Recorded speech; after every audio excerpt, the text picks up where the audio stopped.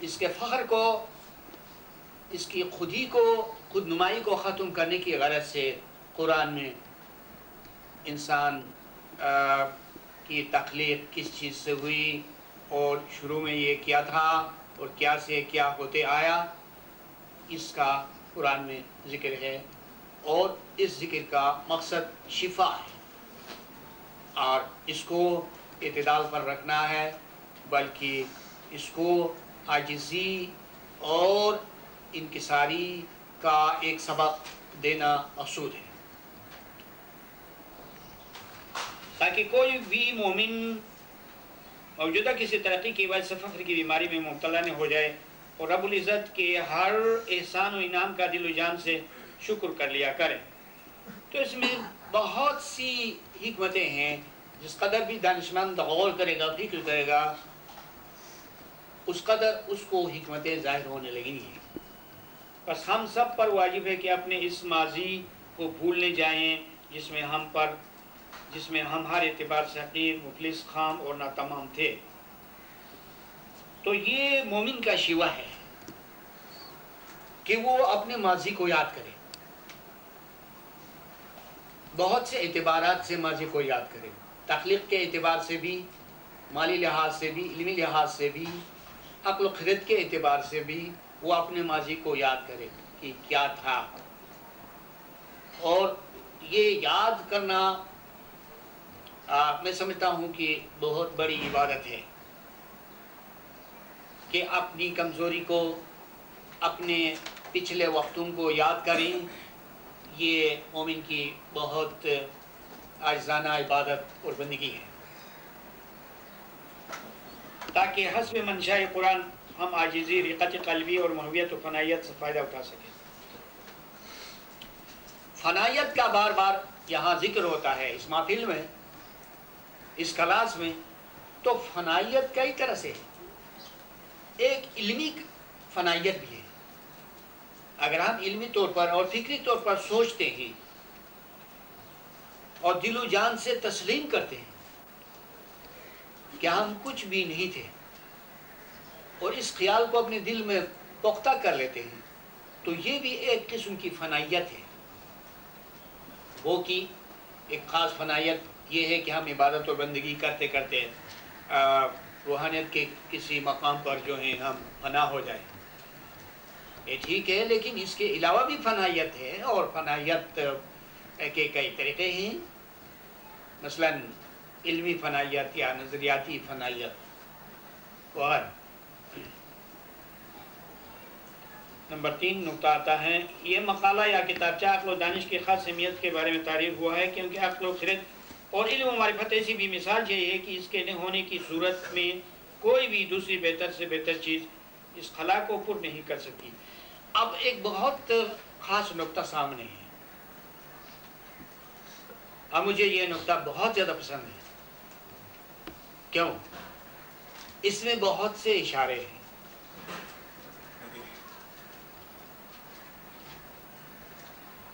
اور اشارے یہ ہیں کہ آج دنیا میں عقل و دانش کے بغیر اور معرفت کے بغیر جن لوگوں کو عبادت و بندگی پر فخر ہے اور صوم و صلاۃ پر فخر ہے، یہ ان کے لیے جواب۔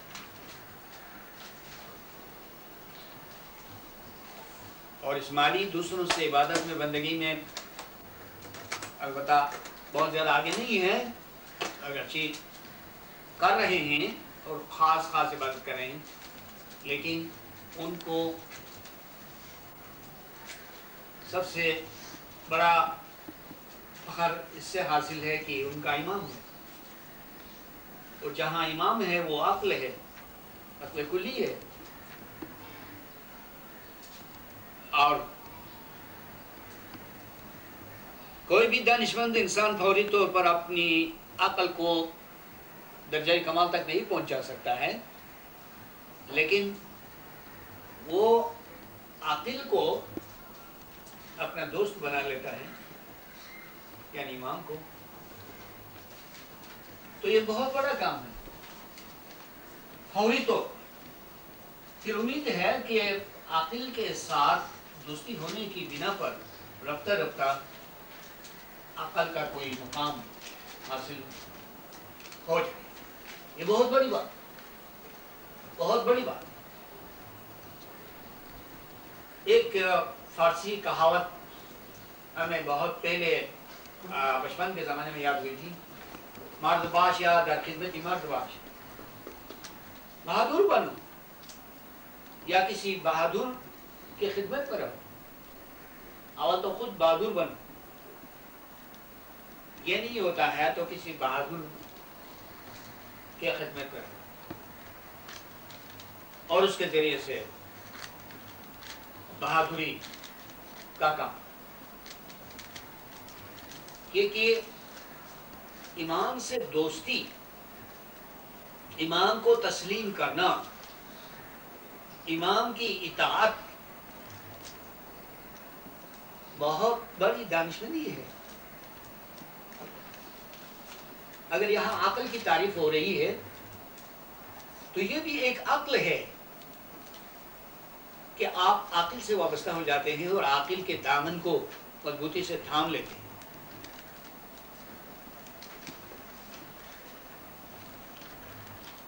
زمانہ نبوت میں جن لوگوں نے اسلام کو قبول کیا اور پیغمبر خدا کے دامن اقدس کو مضبوطی سے تھام لیا،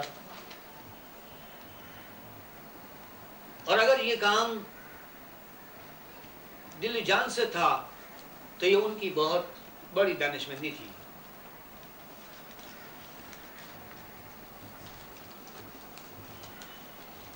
جب بھی کوئی پیغمبر دنیا میں لوگوں کے درمیان بھیجا گیا تو اس حال میں دانشمند لوگوں نے خدا کے بھیجے ہوئے کو قبول کیا. یہ ان کی عقل تھی.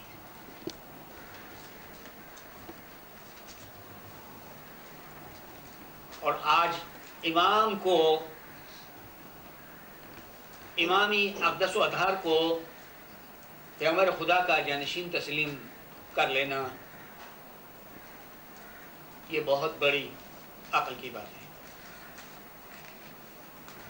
ایک ایسی عقل کی بات ہے کہ یہ بہت ہی ترقی کرنے والی ہے.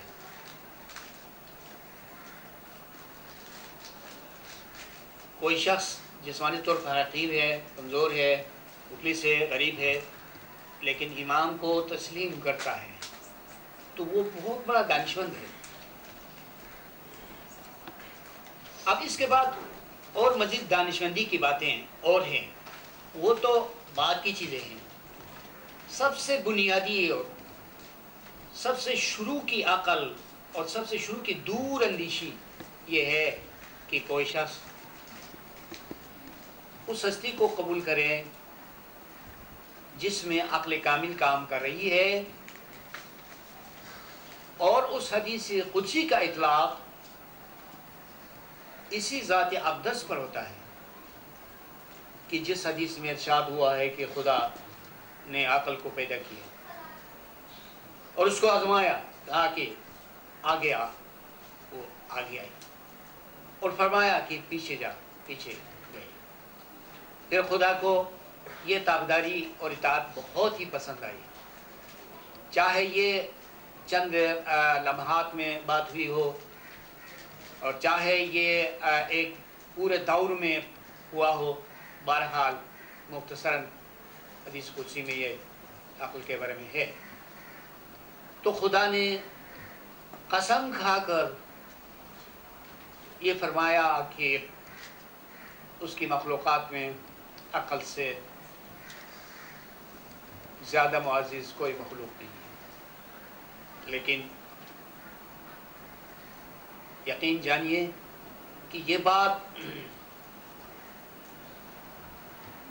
کسی انسانی کامل میں ہوئی تھی،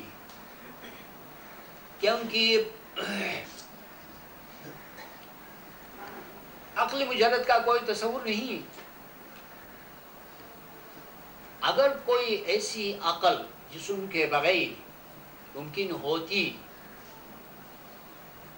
کہ وہ انسان سے باہر، انسان کامل کے بغیر درجہ کمال کو حاصل کرتی تو خدا اس ممکن بات کو کرتا اور عقل کو شخصیت میں قائد نہیں کرتا، لیکن فطرت خداوندی یہی ہے کہ عقل جو ہے اس کو کمال انسانی شخصیت میں حاصل ہوتا ہے، لہذا حدیث قدسی میں جو کچھ ارشاد ہوا ہے وہ یقیناً عالمی شخصی کی بات ہے۔ تو ایسی ہستی کے دامن کو مضبوطی سے تھام لینا میں زور دے کر کہنا چاہتا ہوں، یہ بہت بڑی دانشمندی ہے، اور بنیادی طور پر کیونکہ جہاں عقل کا تذکرہ ہوتا ہے تو اس کا کوئی سرا ہونا چاہیے، اس کی کوئی بنیاد ہونی چاہیے کہ ہم کہاں سے شروع کریں۔ دنیا میں کوئی تعلیم ہوتی ہے تو اس کی کوئی ابتدا ہوتی ہے، اس کا کوئی آغاز ہوتا ہے، اور خواہ عقل کی تعریف کرتے چلے جائیں اور اس کی بنیاد کو نہ پائیں، اس کے سرے کو نہ پائیں، تو کیا چیز ہاتھ آئے گی؟ کوئی چیز ہاتھ نہیں آئے گی۔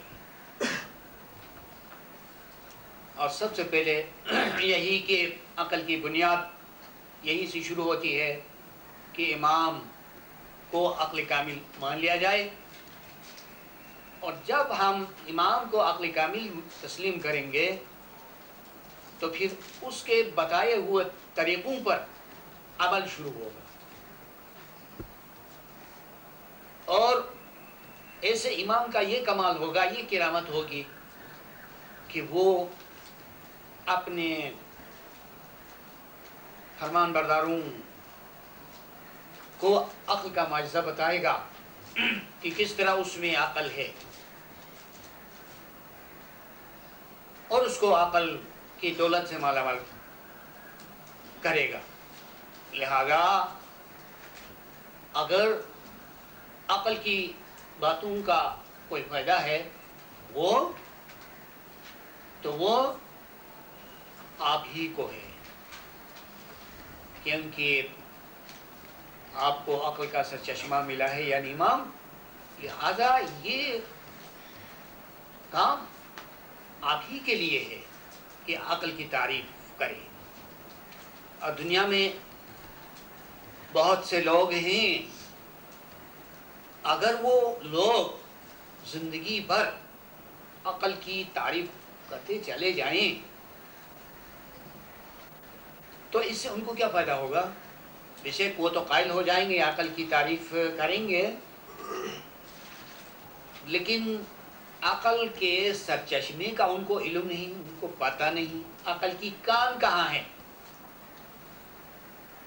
آغاز کہاں ہے اور سرا کہاں ہے، اور کہاں سے اس تعریف کی ہوئی عقل کی دولت حاصل ہو سکتی ہے۔ جب تک ان کو یہ معلوم نہ ہو تو اس زندگی بھر کی تعریف سے ان کو کچھ حاصل نہیں ہوگا۔ توجہ دینے کی سخت ضرورت ہے، اور اس میں آپ کے لیے ایک ایسی دلیل ہے جس کو آپ زندگی بھر یاد کر سکتے ہیں، اس لیے کہ اس میں بہت سے سوالات کے لیے جوابات مہیا ہیں۔ وہ یہ کہ میں اولاً یہ نقطہ پڑھ کر سناتا ہوں، اس کے بعد کچھ تشریح۔ یہ مقالہ یا کتابچہ عقل و دانش کی خاص اہمیت کے بارے میں تحریر ہوا ہے، کیونکہ عقل و خرد اور علم و معرفت ایسی بھی مثال ہے کہ اس کے نہ ہونے کی صورت میں کوئی بھی دوسری بہتر سے بہتر چیز اس خلا کو پر نہیں کر سکتی ہے۔ سن لیا آپ نے؟ عقل ایک ایسی شے ہے، ایک ایسی چیز ہے کہ اگر یہ نہیں ہے تو اس کی جگہ لینے کے لیے دنیا میں کوئی چیز نہیں، عبادت بھی نہیں، بندگی بھی نہیں، کوئی بھی نیکی ایسی نہیں جو اس عقل کی جگہ کو، خالی جگہ کو پور کر سکے۔ اچھا، تو پھر کیا دلیل ہے ایسے ہونے کی؟ وہ دلیل یہ ہے. خواہ وہ سجدات نماز اور تسبیح کیوں نہ ہو، یہ بات خیالی اور فرضی ہرگز نہیں، بلکہ یہ قرآن پاک کی روشن ترین حقیقتوں میں سے ہے. اب وہ بتائے گا. وہ اس طرح کہ آسمانوں اور زمین کی ان بے شمار مخلوقات کے لیے بہشت کا کوئی وعدہ ہی نہیں. سن لیا آپ نے؟ جو بے جان اور بے عقل ہیں اور چوپائے جیسے انسان بھی ان میں داخل اور شامل ہیں. یہ 7/179 کا مفہوم ہے. گو کہ الفاظ اردو میں ہیں لیکن یہ قرآنی آیت کا مفہوم ہے. کسی جانور کو بہشت کا وعدہ نہیں، نہ کسی درخت کو، نہ کسی پتھر کو، نہ ان انسانوں کو جو حیوان جیسے ہیں. اور قرآن نے خود بہت سارے انسانوں کو جن میں دینی عقل نہیں ہے درجہ یہ حیوانیت میں گرا دیا ہے. تو ان کو بھی بہشت کا وعدہ نہیں. کیوں؟ حالانکہ ہر مخلوق اور ہر چیز معبود برحق کے لیے سر بے سجود رہتی ہے. تو دوسری طرف سے یہ فرمایا گیا ہے کہ کوئی چیز نہیں جو سجدہ نہ کرتی ہو خدا کے ساتھ. کوئی چیز نہیں. ایک کلیہ ہے اور میں آپ کو 3 ریفرنس بتاتا ہوں. 13/15، 16/49، 22/18. کم سے کم ان 3 آیتوں کو دیکھیں تو اس سے آپ کو پتہ چلے گا کہ کائنات و موجودہ کی کوئی چیز خدا کے سجدے کے بغیر نہیں ہے. وہ سجدہ اس کی اپنی قسم کا ہے. اور خدا جب کہتا ہے کہ ہر چیز سجدہ کرتی ہے تو سجدہ ہی کرتی ہے. جب خدا نے فرمایا تو اس میں کیا حجت ہو سکتی ہے کہ کون کہہ سکتا ہے کہ کوئی چیز کس طرح سجدہ کرتی ہے؟ خدا نے فرمایا اور قرآن میں ہے تو قبول کرنا ہوگا کہ ہر چیز خدا کے لیے سجدہ کرتی ہے. تمام مخلوقات اور انس و جن اس کی تسبیح کر لیا کرتے ہیں. سجدہ نہیں، صرف سجدہ نہیں بلکہ تسبیح بھی ہر چیز کرتی ہے. 2 باتیں ہو گئی. اور سبھی اپنی نماز اور تسبیح کا طریقہ بھی جانتے ہیں. 24/41. تو 3 چیزیں ہیں جو کائنات کی ہر چیز میں پائی جاتی ہیں. ایک یہ کہ سجدہ، اور دوسرا یہ کہ تسبیح، اور تیسری چیز یہ کہ نماز. لیکن اس کے باوجود خدا نے اپنی ان مخلوقات کو جو سجدہ کرتی ہیں، تسبیح پڑھتی ہیں، نماز پڑھتی ہیں، بہشت کا وعدہ اس نے نہیں فرمایا. یہ بہت ہی عجیب بات ہے. کیوں؟ کس لیے؟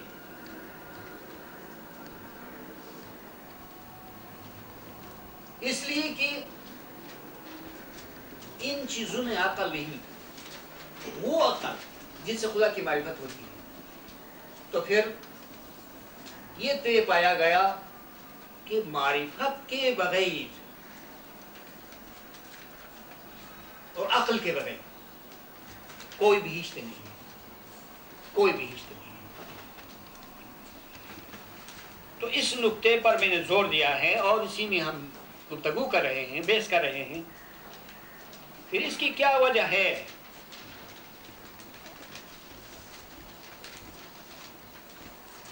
کہ بہت سے لوگوں پر عذاب لازم ہو چکا ہے. اس سجدے میں، تسبیح میں اور نماز میں بہت سارے انسان بھی ہیں. کہ کوئی انسان ایسا نہیں جو درخت سجدہ کرے، تسبیح پڑھے، نماز پڑھے، اور انسان کوئی بھی سجدہ نہ کرے، کسی قسم کی تسبیح نہ پڑھے، کوئی بھی نماز نہ پڑھے. تو ایسی مخلوق خدا کی بادشاہی میں ہے نہیں. تو اب لوگوں کی بات کیجئے، ان چیزوں کو تو چھوڑ دیجئے، ان کے لیے تو کوئی جنت نہیں، کوئی بہشت نہیں. یہ سوال اس کا تسلی بخش جواب یہ قرآن ہی میں موجود ہے، ارشاد ہے۔ کیوں ایسا ہے کہ خدا نے اسی مقام پر جہاں سجدے کی بات ہو رہی تھی فرمایا کہ بہت سے لوگوں پر عذاب لازم ہو چکا ہے۔ سجدے کا ذکر کرتے کرتے خدا نے یہ فرمایا۔ اور اگر کسی اور مقام پر عذاب کا ذکر ہوتا اور جہاں سجدہ ہوتا ہے اس میں عذاب کا ذکر نہ ہوتا تو لوگوں کو یہ گمان ہوتا کہ جن لوگوں پر عذاب لازم ہو چکا ہے وہ کچھ دوسرے لوگ ہیں جو سجدہ نہیں کرتے ہیں، ایسا شبہ ہوتا۔ لیکن قرآن نے صاف طور سے اسی مقام پر کہہ دیا کہ ان سجدہ کرنے والوں میں سے بہت سارے لوگوں پر عذاب لازم ہو چکا ہے۔ اب ہم قرآن سے اس کی وجہ پوچھتے ہیں تو قرآن ہم کو فرما دیتا ہے، اس کا تسلی بخش جواب بھی قرآن ہی میں موجود ہے، ارشاد ہے۔ وَقَالُوا لَوْ كُنَّا نَسْمَعُ أَوْ نَعْقِلُ مَا كُنَّا فِي أَصْحَابِ السَّعِيرِ، اور وہ کہیں گے اگر ہم سنتے اور جانتے ہوتے تو آج ہم دوزخیوں میں شامل نہیں ہوتے، ہم سنتے اور جانتے ہوتے۔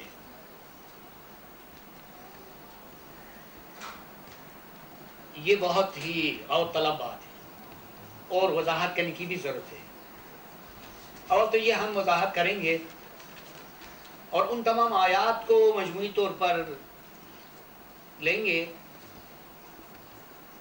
جو ان لوگوں سے متعلق ہیں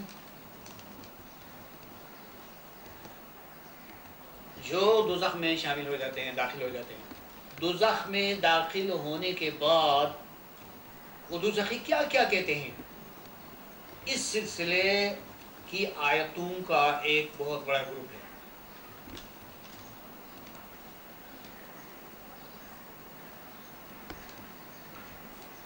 لفظ مجرم آیا ہے، لیکن اصل بہت صاف اور بہت قابل فہم بات یہ ہے جو اس مقام پر ہے 67/10 میں کہ دوزخی لوگ اپنے قصور کا اعتراف یہ کریں گے کہ وہ دنیا میں جس طرح دین کی بات کو سننا چاہیے اس طرح سے نہیں سنتے تھے اور وہ اس کی وجہ سے نادان تھے، عقل نہیں رکھتے تھے۔ اب یہ بھی ایک سوال ہے کہ عقل تو بہت قسم کی ہے، دنیا میں بہت ساری عقلیں رائج ہیں، بہت سارے علوم ہیں، لیکن اس میں کون سی عقل مراد ہے؟ اور زیادہ تاخیر کے بغیر آپ میں سے ہر ایک اس بات کو جانتا ہوگا کہ اس عقل سے دینی عقل مراد ہے، جیسے کہ خدا کی شناخت ہو جاتی ہے، اور دنیا کی جو عقلیں ہیں وہ بہت زیادہ ہیں، وہ آخرت میں کام نہیں آئیں گی۔ ایسی عقل جس سے کہ راہ نجات کا پتہ چلے، ایسی عقل کہ جس سے خدا و رسول اور امام کی معرفت حاصل ہو، ایسی عقل وہ نہیں رکھتے تھے۔ اور یہ بھی جاننا چاہیے کہ دوزخ میں جانے کی مختلف وجوہ نہیں ہیں، ایک ہی وجہ ہے جو یہاں جس کا ذکر ہو رہا ہے کہ بس دین کی بات کو جس طرح سننا چاہیے تھا وہ اس طرح سے نہیں سنتے تھے اور وہ نہیں جانتے تھے، نادان تھے۔ تو پھر دوزخ میں مبتلا ہو جانے سے متعلق اہل دوزخ کی جتنی شکایات ہیں ان میں یہ ایک اصولی بات ہے کہ وہ جانتے نہیں تھے،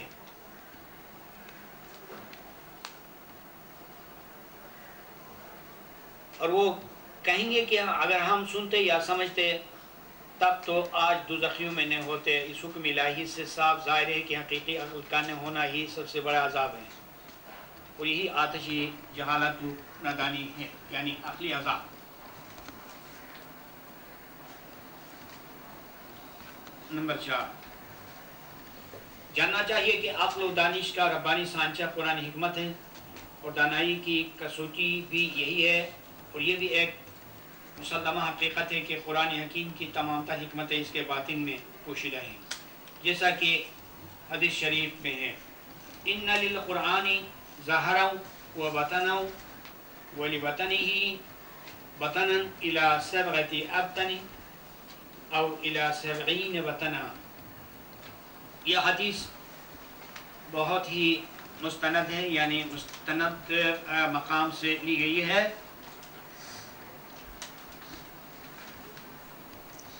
اس میں شک نہیں کہ قرآن کا ایک ظاہر اور ایک باطن ہے، اور اس کے باطن کا بھی باطن ہے۔ یہ سلسلہ 100 بواطن تک یا 70 بواطن تک چلتا ہے۔ بس اللہ اور اس کے رسول اکرم نے امام علیہ مقام کو مقرر فرمایا تاکہ وہ اہل ایمان کو قرآن حکمت اور روحانیت کا فیض پہنچاتا رہے۔ امام دنیا میں اس لیے ہیں قرآن کے ساتھ ساتھ تاکہ قرآن کے باطن سے جن کو فائز پہنچانا چاہیے ان کو فائز پہنچاتا رہے اور ان کی ہدایت کرتا رہے۔ آپ نے سن لیا کہ قرآن ظاہر میں ایک حصہ ہے، باطن میں 7 حصہ ہے، بلکہ 70 حصہ ہے۔ تو قرآن کا جو سائز ہے، جو ضخامت ہے، وہ ظاہر میں جو کچھ ہے آپ نے دیکھا ہے، لیکن باطن میں اس کے اندر اتنا علم ہے کہ جس کو آپ کہہ سکتے ہیں کہ 70 گنا، یعنی اس قرآن جیسے 70 قرآن اس کے اندر پوشیدہ ہے۔ تعویلات کو تحریر میں لایا جائے اس کے اعتبار سے، اور اتنی ساری تعلیمات قرآن کے باطن میں فضول تو نہیں ہو سکتی ہیں۔ آپ سوال کر سکتے ہیں کہ خدا نے اتنے سارے علم کو قرآن کے اندر کیوں چھپائے رکھا؟ تو دنیا میں جو بہترین چیز ہوتی ہے وہ باطن میں ہوا کرتی ہے، اور عام چیز ظاہر ہوتی ہے، اور خاص چیز باطن ہوتی ہے۔ جیسے ہم روح کو مانتے ہیں کہ روح ہے، لیکن کہاں ہے؟ جسم میں باطن ہے، اور عقل کی گفتگو ہو رہی ہے، عقل ہے لیکن وہ روح کے اندر پوشیدہ ہے۔ تو کیا اس پوشیدگی کی وجہ سے ہم روح سے اور عقل سے منکر ہو جائیں؟ کیسے ہو سکتا ہے؟ اور صرف جسم